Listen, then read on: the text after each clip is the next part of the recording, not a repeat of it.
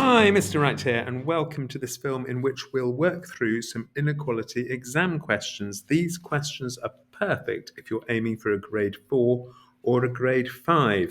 If you're not sure how to do inequalities, then you can probably catch on during this film, or of course you can watch my How to Solve an Inequality film, which you'll find in the How To playlist. Right. Incidentally, if you want the questions, click the link in the description. You can download the questions and then you can have a go at the questions and then watch the film, or you can watch the film as you watch the questions and work alongside me. If you find the film useful, hit like, leave me a comment, tell me so.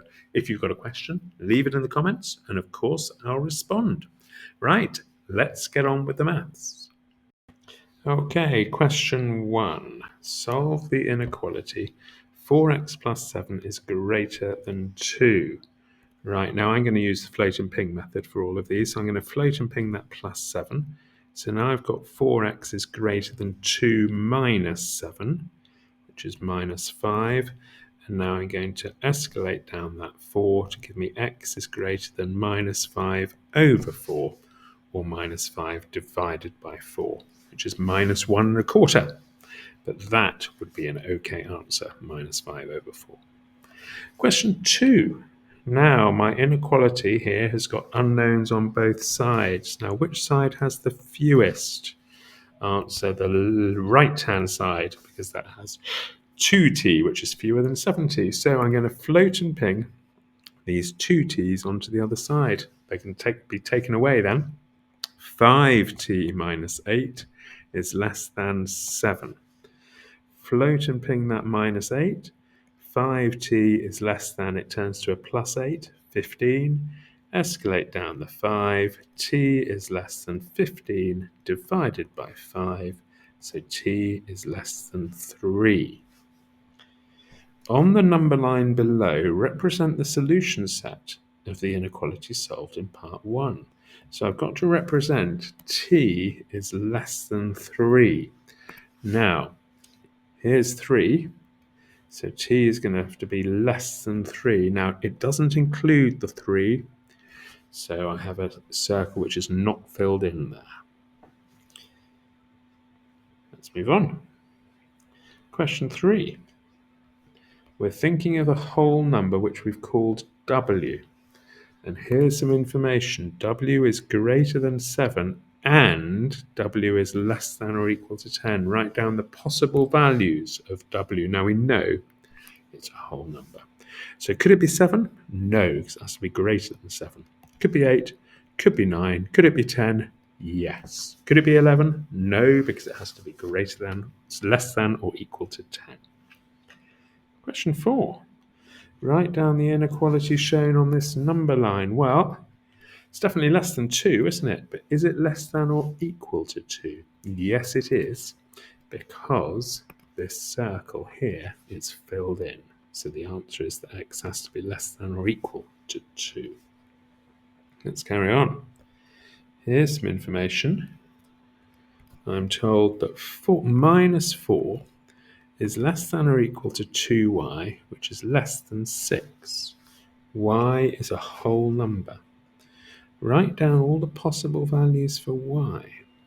Well, I'm going to divide everything by 2 here. I'm going to halve the left, halve the middle, halve the right.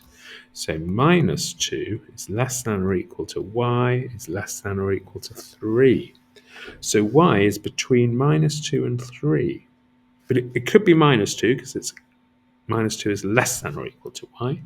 So minus 2, minus 1, 0, 1, 2. Could it be 3? No. Solve this inequality. Now, that's got t's on both sides, hasn't it? Which side has the fewest? This side, so float and ping those. So that's going to be a minus 2t now. So 7t take away 2t, 5t minus 3 is less than or equal to 31. Float and ping the minus 3, 5t is less than or equal to 34. Escalate down the 5, t is less than or equal to 34 over 5.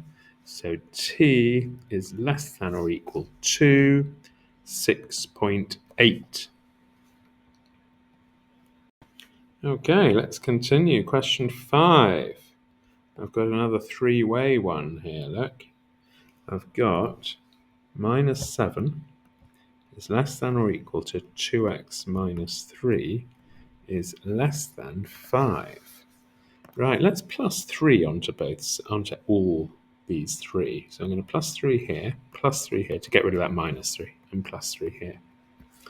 Or if you like floating and pinging, you could float and ping that minus 3, but it has to go over there and over there.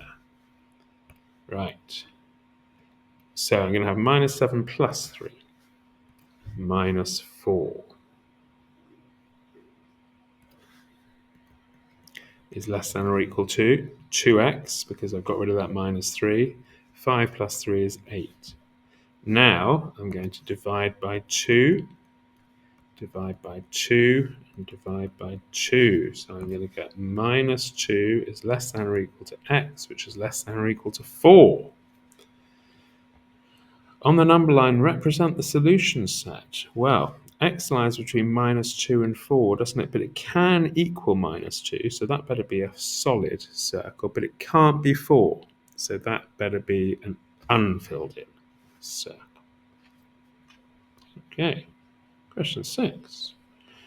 N is an integer, a whole number. Write down all the values of n such that minus 2 is less than or equal to n is smaller than 3. So n is between minus 2 and 3, and it can be minus 2. So minus 2, minus 1, 0, 1, 2. Can it be 3? No, it can't. On the number line, represent the inequality y is less than or equal to 1. So it can be 1, so we'll fill in the circle. It's got to be less than, so anything over there. Question 7. Y is an integer. Now look at this. We're given minus 8 is less than 2y. It's less than or equal to 2. So we'll divide this by 2, halve that to get 1y. So we'll halve that and halve that.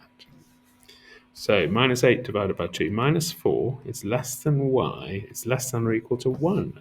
So y lies between minus 4 and 1. Okay, so now it says find all the possible values of y. So we know y is a whole number. Could it be minus 4? No, but it could be minus 3, minus 2, minus 1, 0. Could it be 1? Yes. Write down the inequality on this number line. Well, x is greater than minus 1, but is it greater than or equal to? No, because that circle is not filled in.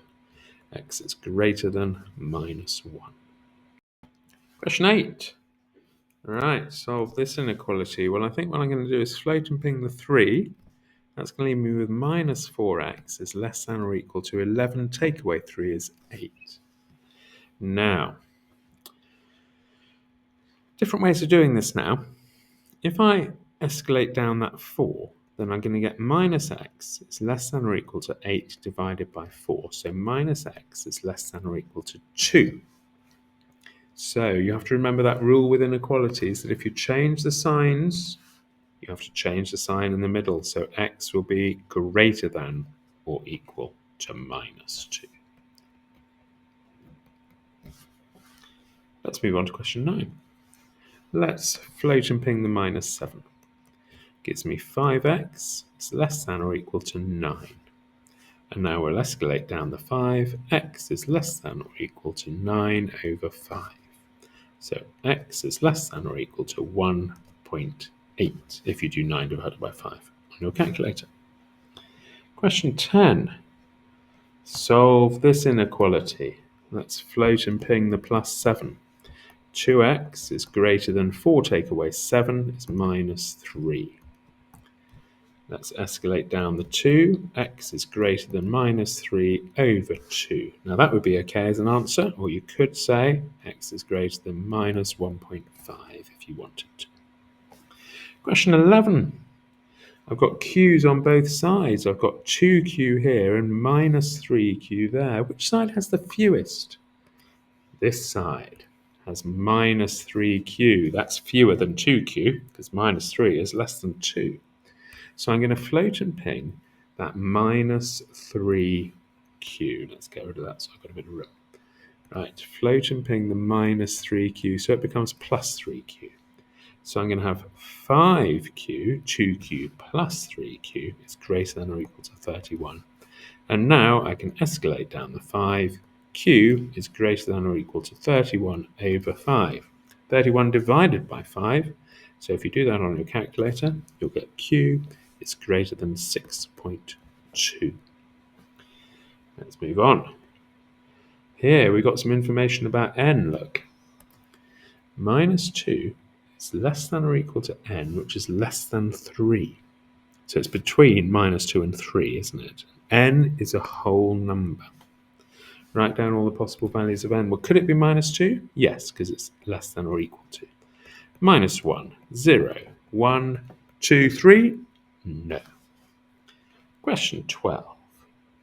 I've got y's on both sides. Which side has the fewest y? The left-hand side, because it's only got 3y. So I'm going to float and ping those. They're going to become a minus 3y. 5 is less than or equal, is less than 4y minus 10. Now I'm going to turn this around now and have 4y minus 10 here and 5 here.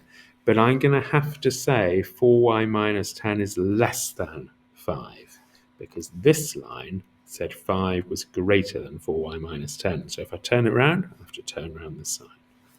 Now I can float and ping the minus 10. It's going to become plus 10. So 4y is less than 15. And now I can escalate down that 4 to give me y is less than 15 over 4. And if you do that on a calculator, you'll get y is less than 3.75. So that's it. That's 12 exam questions practicing solving inequalities. So well done for making your way through those. If you've got any questions, leave them in the comments, and of course I'll respond. If you found the film useful, hit like and leave me a comment telling me so, and then other people will see the film too. Thanks for watching. See you in the next film.